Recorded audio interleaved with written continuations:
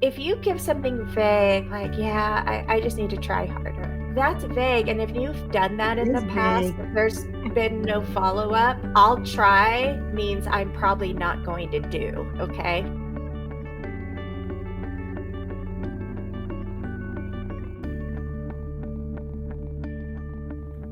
Hello, everybody, and welcome to Simply Human, our YouTube channel and podcast. I'm Christina Caro, clinical psychologist. And I'm Karen Lee Linsky, executive and self-trust coach. We've been hearing from some of our listeners about apologies that somehow really don't land. So you say, I'm sorry, but things just don't get better. Sometimes they even get worse. Today, we're diving into why just saying sorry, even when you say you mean it, sometimes just isn't enough. Yeah, and Karen, this has been coming up a lot in work I've been doing with couples. And I thought it would be really helpful to do a short episode on this for some fundamentals about how to understand what makes meaningful apologies. So I'm going to break it down into what is happening and how we see it each differently from the differences of gender, and then how that can get lost in translation and what we need to improve relationship repair, because having an effective apology is really important in relationship repair. So I'm going to start with the pattern. The basic pattern is somebody does something that causes upset to their partner, right? And then you realize they're upset, or they come and tell you they're upset. And so the next thing is you apologize. You say, oh man, I'm sorry. But then often, if the behavior that caused the original hurt continues to repeat, what you'll see is an escalation of conflict, more apologies. It doesn't seem to land. And now there's more confusion and resentment, and there starts to be an erosion of trust. So the problem complaint that I hear is, well, I said I was sorry and she's still mad. Like, I don't understand. So today we're going to unpack what is actually happening here and what makes that apology genuinely meaningful. And so we're also going to do some professional examples as well. So it's not just about the couple relationship. So we're going to handle both. But let me just ask you this first question. What do you think is happening in these couples' minds when an apology fails? What are they each experiencing? Okay, and Karen, like you said, this applies in the workplace as well. So what happens in human beings in our minds? Exactly. Okay, so I do want to bring in some dynamics that are really important to understand in male and female relationships. What we have seen in the research is that men tend to have more of a transactional approach to relationships. So relationships are understood as a series of separate transactions. So here I'm having a conflict. Therefore, like, here's the apology for this thing that you're upset about. So now the conflict should be resolved, and then we move forward. So each Oh. incident is contained, or each incident is independent. Okay. The apology is kind of the payment to close out the transaction. Here's the exchange to close out. You're upset. I gave you the apology. The transaction is complete. Now we're good. So we move on. Okay. Now, female relational patterns are more continuous. Like, I like to use the analogy of a garden. It's more something that you continually are tending, and that you are nurturing, and it continues to grow. So a relationship, like a garden, it's ongoing and it evolves over time, and it's evolved in its connections. Mm-hmm. And then if something happens that is causing conflict, then when the female brain is more likely to say, wait a minute, this is a pattern in our relationship, right? It's not an individual incident. If it's repeated multiple times, that individual incident now becomes a pattern in the relationship. So history matters, the context matters, and then where it seems to be going in the future are all part of the calculus. So an individual incident is just one data point in the big picture. So can you see that difference between having that Yes. discrete incident and, oh, this is pattern oriented? Yeah. Wow. That's a huge difference. I can see that. It's really, really big. And you then don't what even happens? know you're doing that. I think that's the point too. People aren't aware that male tend to do this and female tend to do this as well. That's the biggest thing, that you're trying to bring about this Yeah. awareness of how separate they are. Yeah, because instead what happens is we just judge each other, right? So Exactly. We shut down the. why aren't you thinking like me? So if Mhm, you're mhm. doing this, if I'm a female Yeah. and Yep. I'm Yep. seeing this pattern from past, it's happening again, where it's going to go in the future, I'm going to come up with all kinds of conclusions about that. Yeah. And then if you're the male, what you're experiencing is you hold grudges, you never let things go. Why can't you move on? You're always mad, because their brain is putting together a Yeah. pattern, but based on discrete incidents. So there's a consequence to all of this. And there's Mhm. two main problems. When there's a pattern and you keep apologizing, so this is for our males in the audience. Apologies will lose their value when there's nothing backing them up. So Mm. what your partner is looking for is there recognition about why this is an upset, and is there a change? I'm going to go into that a little bit later, but let's start with apologies lose their value when there's nothing to back them up. Mm. So think about it as, I talk about the bank account of goodwill all the time in relationships. So some of you may remember money used to be backed by the gold standard. That's what gave money its value.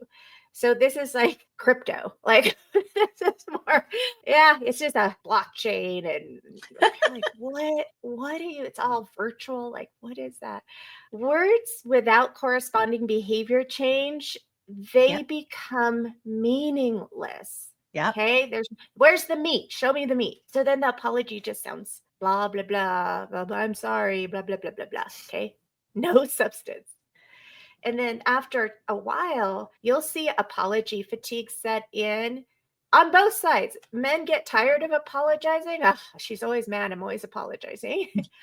But women become exhausted because they're feeling they have to keep explaining their experience over and over again. This is why this bothers me. This is why this upsets me.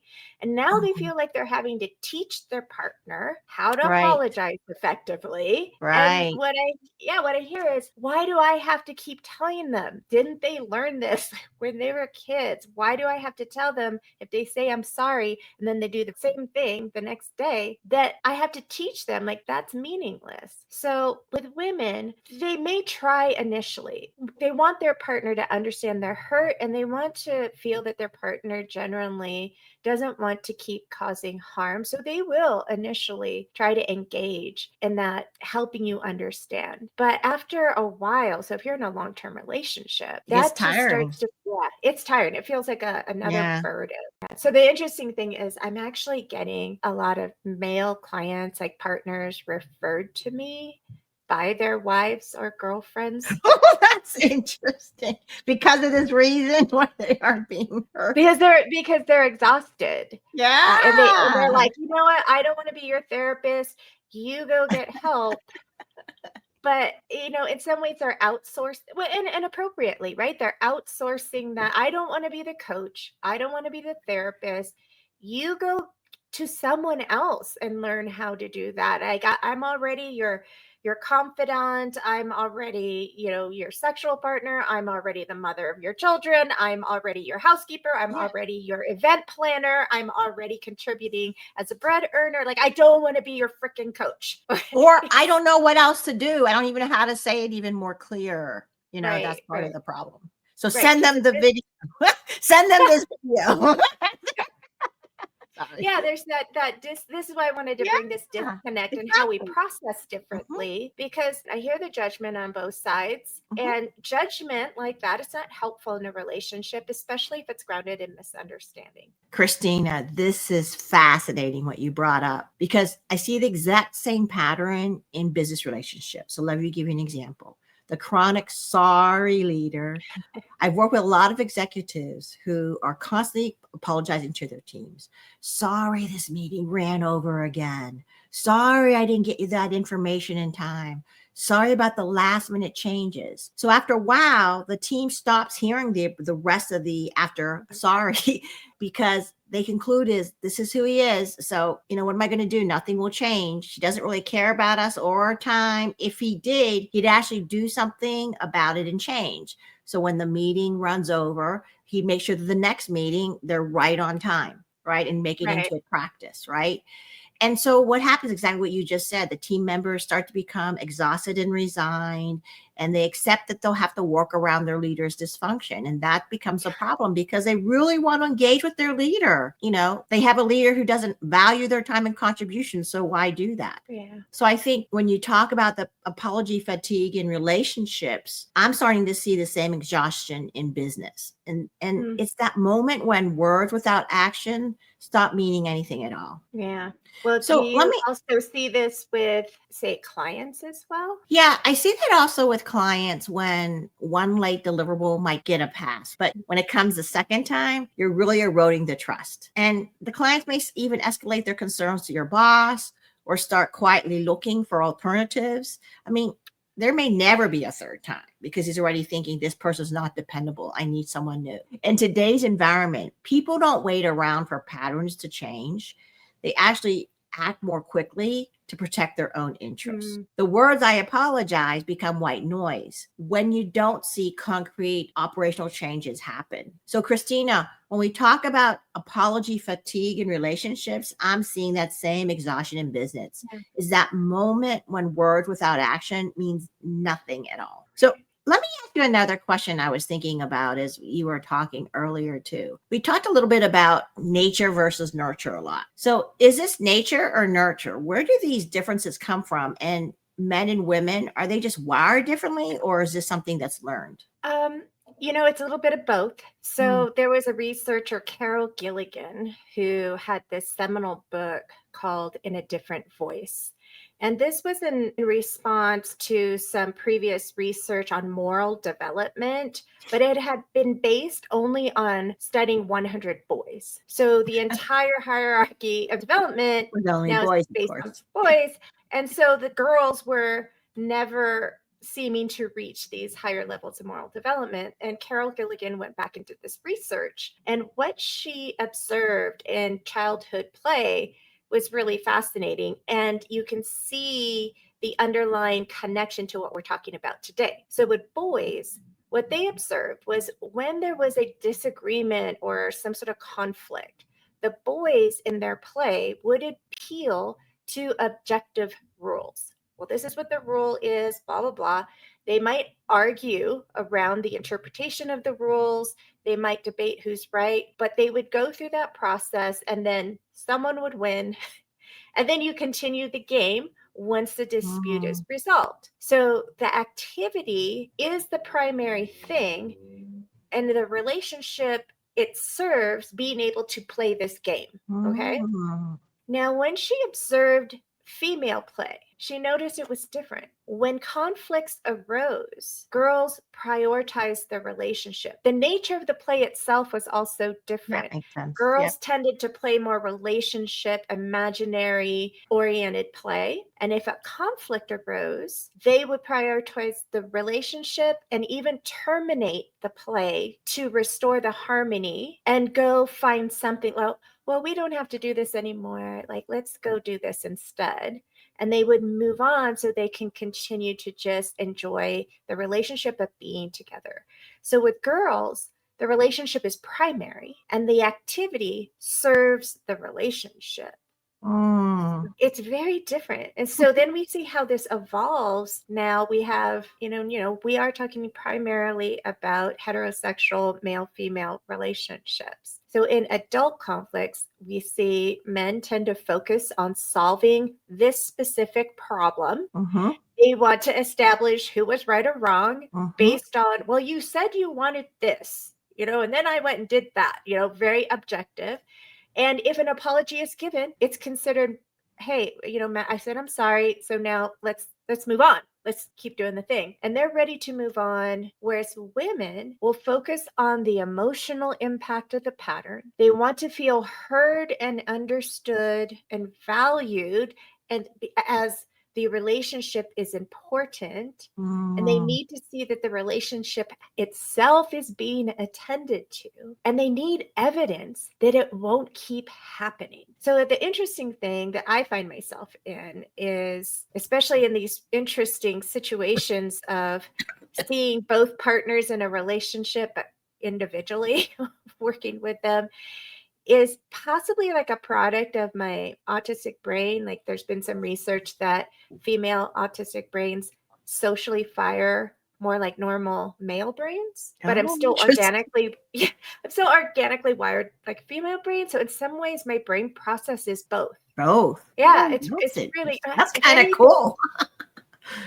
yeah, if anything, I probably lean a little bit more to how males process, because Mhm. I have I've had some of the same challenges men have in female relationships, but it's put me in this position to be a bridge or be an interpreter, or the Which is relationship great. whisperer. Yeah, so I can do this translation and hopefully start to bridge this gap so that each partner can have this different perspective and this different understanding, and we can find new ways to resolve conflict through understanding and a lot less judgment. So when these men come to you confused about why their apologies aren't working, right? What are they actually doing wrong?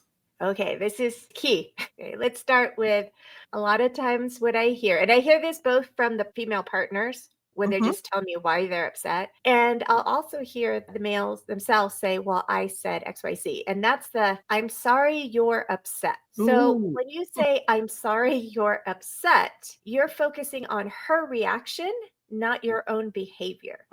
So this implies that the problem is how she's feeling, not what you did. And that suggests she's overreacting. It's on her. There's no accountability It's there. so Okay. So that's, true. I was like, yeah. oh my gosh, you're so right. You just start, that's the first sentence you say, of course. It's like, you got it. I'm sorry Okay. you're upset. Yeah. Okay. The second one, I'm sorry, but. So The butt. yeah, and this is where we go into whataboutism. So the but negates everything you say after you said I'm sorry, but there's no I'm sorry there. If you put a but, whatever you said before the but's gone. Okay. It immediately shifts to a defensiveness or a justification, and it shows that the apology isn't genuine ownership. Okay. I could see that. Yeah, okay.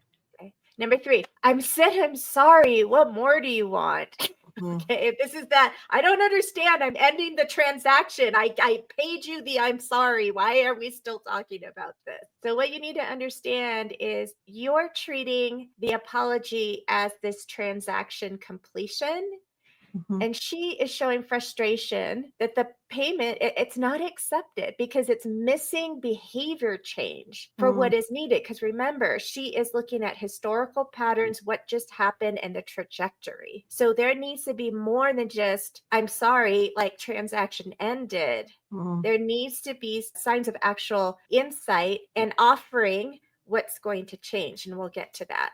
And then there's finally the repeat offender, and Mhm. that's the same apology for the same behavior Mhm. over and over and over again. Even if it's something little, like you're supposed to be taking the trash out, but you keep forgetting, and she has to keep reminding you. And you're like, oh, sorry. Yeah, I forgot. And now it's 5 years of apologies. Oh, yeah, sorry, I forgot that. Yeah, Mm. that sorry means nothing. This is Mm. when apologies lose their value and apology fatigue sets in. So the issue is that these aren't apologies for the behavior, they're apologies for the conflict itself. It's about her being upset and you wanting to move on. And the behavior that caused the hurt remains unacknowledged and unchanged. So, Christina, what is actually missing here? What would a real apology include? Okay, let's give you the 4 pillars of a meaningful apology. Okay.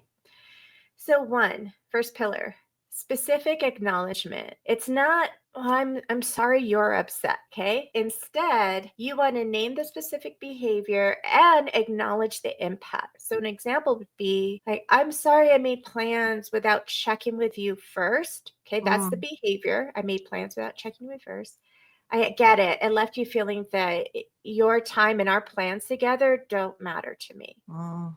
That's you showing insight into how it might be interpreted. That's Mm, where I get some big ahas when I explain to my male client, this is how she's interpreting what you did, what that behavior means. And mm. often they're just like blown away because Really? I'll tell you, yes, because often it's the furthest thing from what was on their mind. Yeah. I'm sorry, but most these guys are generally not bad men. They're good men. Mhm, They're loving mhm, men. They do mhm. not have these things in their mind, and they're like, whoa, that's what she was thinking." I'm like, yeah. So, pillar number 2, genuine accountability. You need to be confident and courageous enough to take full ownership without defensiveness.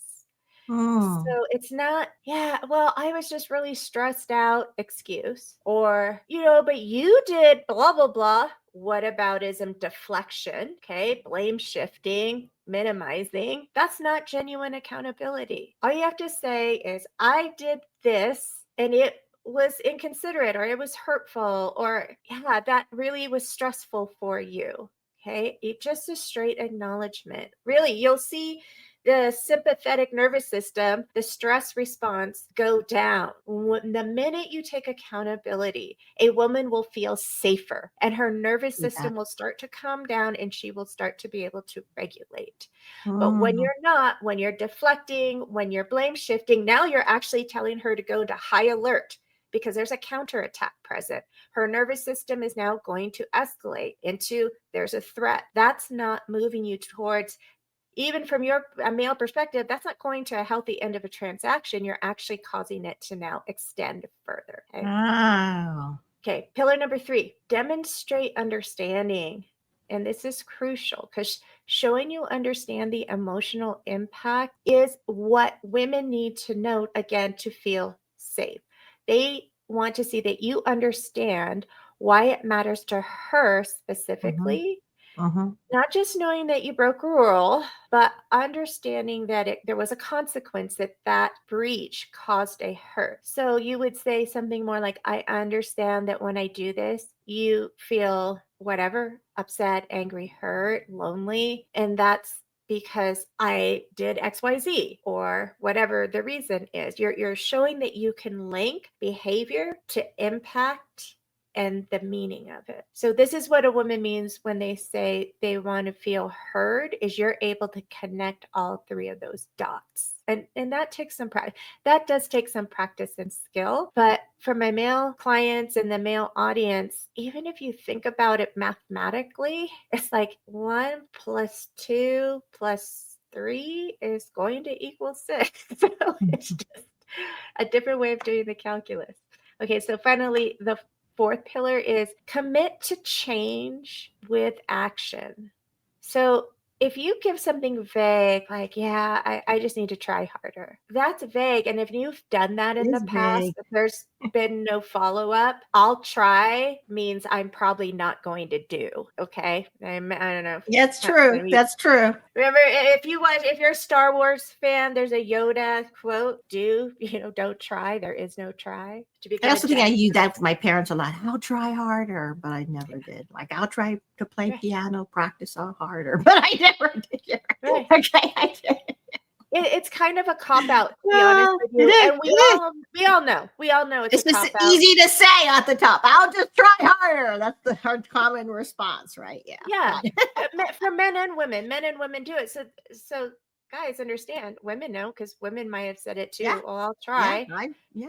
and they didn't. So they know when you say you're going to try, chances are you're not. But if you actually give concrete, specific steps, here's what Mhm. I'm going to do differently, and then you actually follow through I'll and you believe have it. consistency, Yeah. what happens is the pattern is interrupted.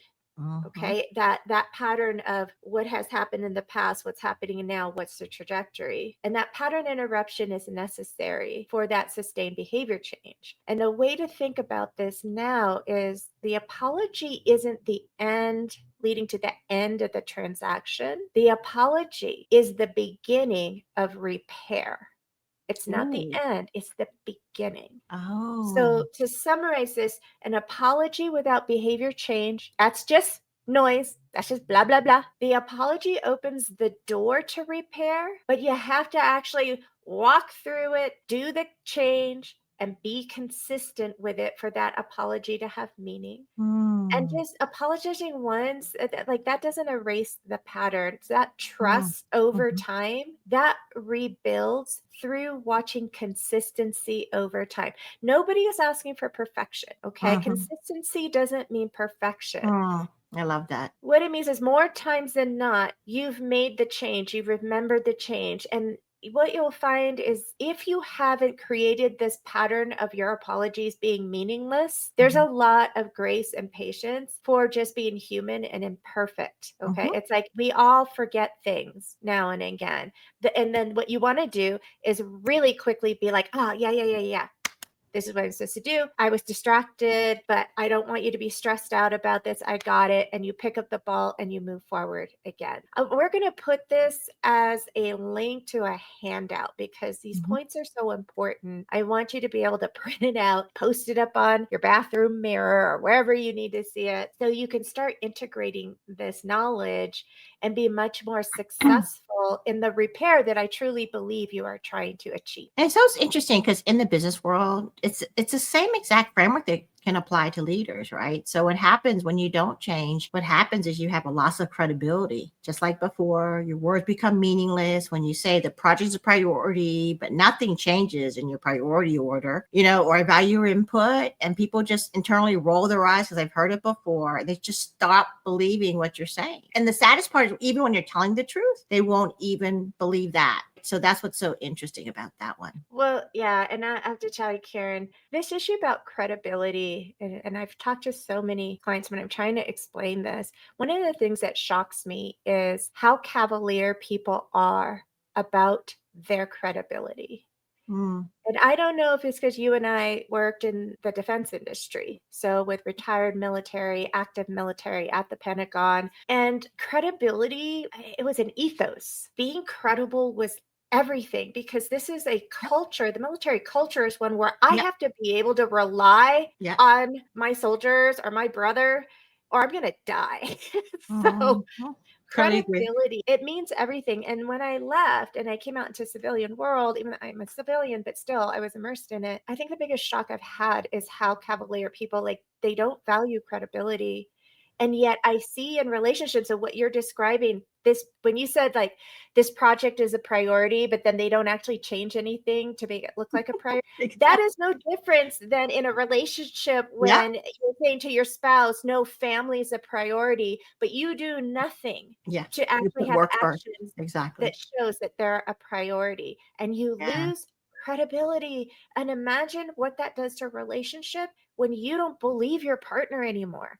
Like, Yeah. how is Yeah. that not the top of mind? I want to be a credible, believed, trusted person in my relationship. I don't know. It's just something I'm super passionate about. So when you share stuff, Yeah. Well, and I think it's just like, you tend to wonder, is this marriage worth it anymore? Right? If you don't feel yeah. like and the same thing with leaders. Think about it this because our best people leave Mm, because it's like a talent drain, right? Because your right. best people will leave first because I mean they'll have options and they'll use their options because we all heard the research. People don't leave companies, they leave their managers, Yeah, right? sure. So Yeah. that's part of it. And then I also thought of another example where if you don't have this, people will manage around you. So team members are really supposed to bring problems to you early, engage with you as a leader. But if you act that way, they'll turn to colleagues or even other Mm. leaders for support and problem solving, which then you don't realize actually hurts your reputation across the organization, Oh, yeah, absolutely. So I really think that when we talk about for what do leaders need to go to follow using the 4 pillars that you've talked about. So we talked about the specific acknowledgement. I committed to giving you feedback on the proposal by Friday and I didn't. And that left you unable to move forward. And you probably are feeling like your work doesn't matter to me. So that's how you be specifically acknowledgeable.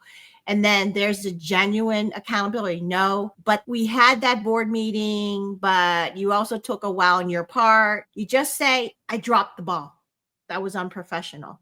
Because that's Mm. how you show it was unprofessional. That's all you have to say. You don't have to give excuses. You just say, I dropped the ball. It's unprofessional, right? Well, and that not what about is and that, yeah, well, you also took a long time to get, Yeah, you didn't get blah, blah, exactly. blah, you know? And then that demonstrated understanding. I understand that when I do this repeatedly, you feel disrespected and question whether you can depend on me with the support you need to do your job well. And so there's that commitment to action, which is the fourth pillar that you're talking about, commitment to change with action. So you don't say something like, I'll be better about this.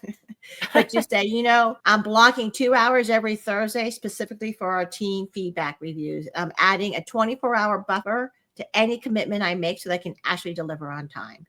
And for me, when leaders actually do this consistently, something will shift. I've seen it where people start to re-engage with you differently if you haven't done it before, and they'll begin to take risk again. And they'll bring you in when you want them to. They care about getting your input because they know that you will give them input on time. And then what's like, same thing what you just said, the trust will get rebuilt slowly, but reliably over time. And so what's great is that broken commitments at work and at home have the same effect, right? And meaningful apologies followed by sustained change have the same power to repair relationships in both places. Right.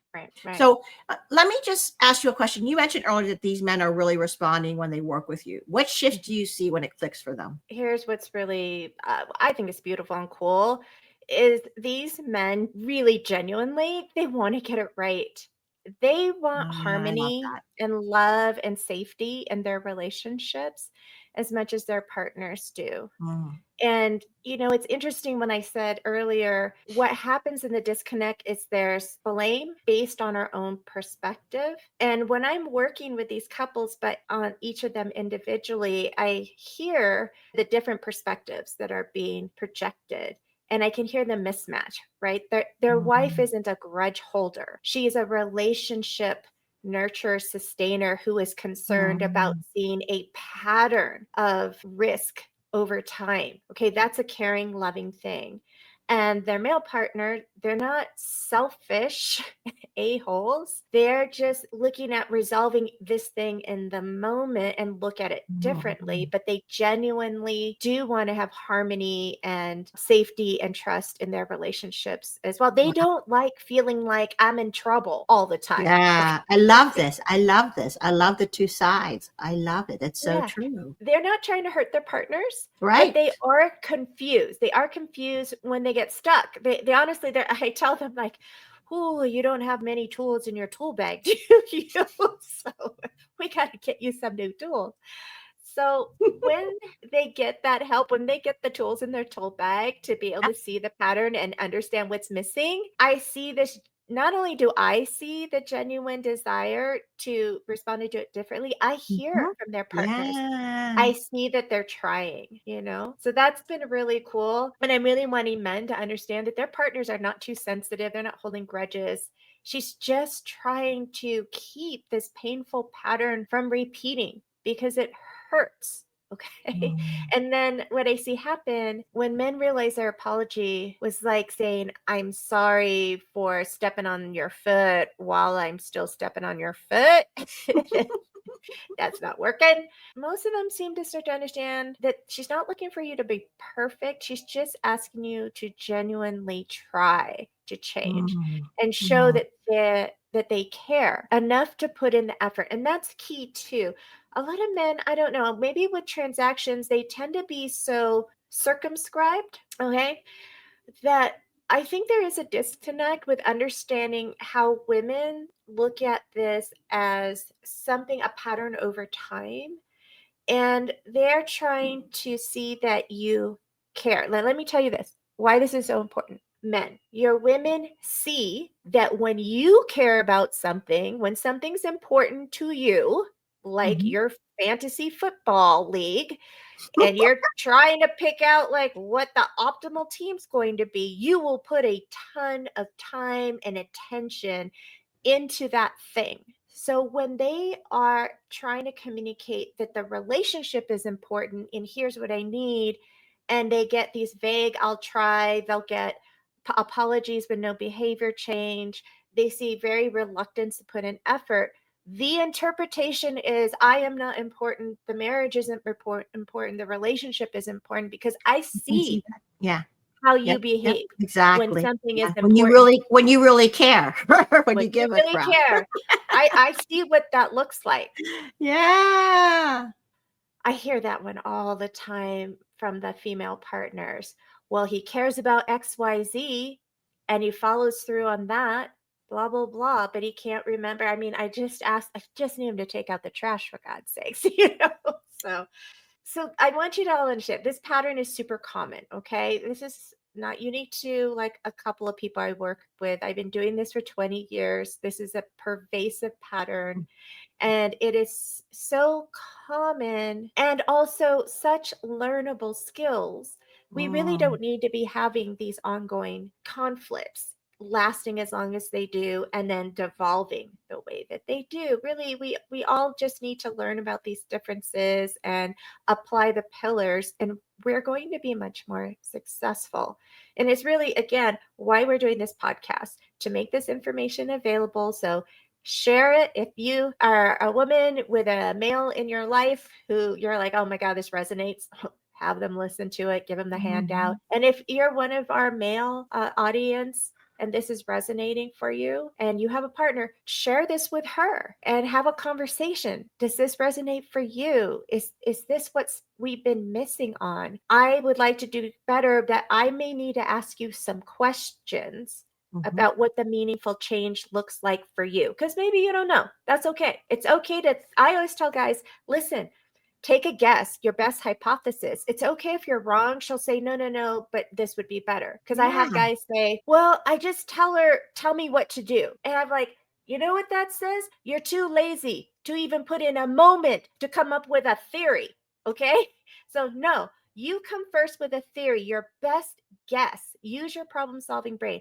I did X. I could see it wasn't what you needed and you're upset, and that wasn't my intention. And it's caused this for you. I'm thinking this might help make it better in the future. Does that sound right to you? And maybe it does. Maybe, yeah, that would mean a lot. Or it'll be like, no, no, that's not, and it, that I can do that. But if it was this, she'll quickly offer you what that Mhm. change should be because she sees you trying to figure it out. Even if you get it Yeah. wrong, she sees you putting the effort into Yeah. figuring it out. But when you just go, I'm sorry, like, what do you want me to do? Mhm. Yeah, It's like you no, don't care. Yeah. you don't care. You're not willing to put the effort in. Yeah. Yeah. Yeah. So I want to thank you for bringing this topic up. That's one of the reasons why we bring it up, topics like this that resonates with people, to bring some more clarity. And so Yeah. it's not that men are being bad or uncaring, right? Or women are just nagging, right? And Right, the whole, right, and for men, I would even say share with your buddies, not just, with her, or women say, but set it with your buddies, because this could be the key, right? And right. this is the point. These skills are things that can be learned. We're not taught these skills. And so Yeah. that's why it was so critical for you to share this. We invite you listeners to really reflect on this. Think about your own apology patterns. Okay. Even as a male or female, are you apologizing for the conflict, or are you apologizing for the actual behavior? Right. That's such an important distinction. And remember, relationships are built over time through consistent action, not perfect moments. So if Mm-hmm. you're recognizing yourself in this conversation, the awareness is that first step, and change is possible when we understand what needs to change and why it matters. Your partner wants connection, not perfection. Yeah, and I would even say this is the same thing in the business setting, exactly the same thing. So, again, if you found this episode helpful, please share it with anybody that you feel like would benefit. And hit the like button and consider subscribing to this channel. And thank you again for listening to Simply Human. And folks, we'd like to ask a favor. We've posted over 70 videos now, and we would love Woo! your help in brainstorming some future Yes. topics that are meaningful to you. So you can leave a suggestion in the comments below, or you can email us at simplyhuman.connect@gmail.com. And until we meet again, don't forget, stay curious and kind, and we'll see you in a couple of weeks. Bye, Bye, everybody. y'all.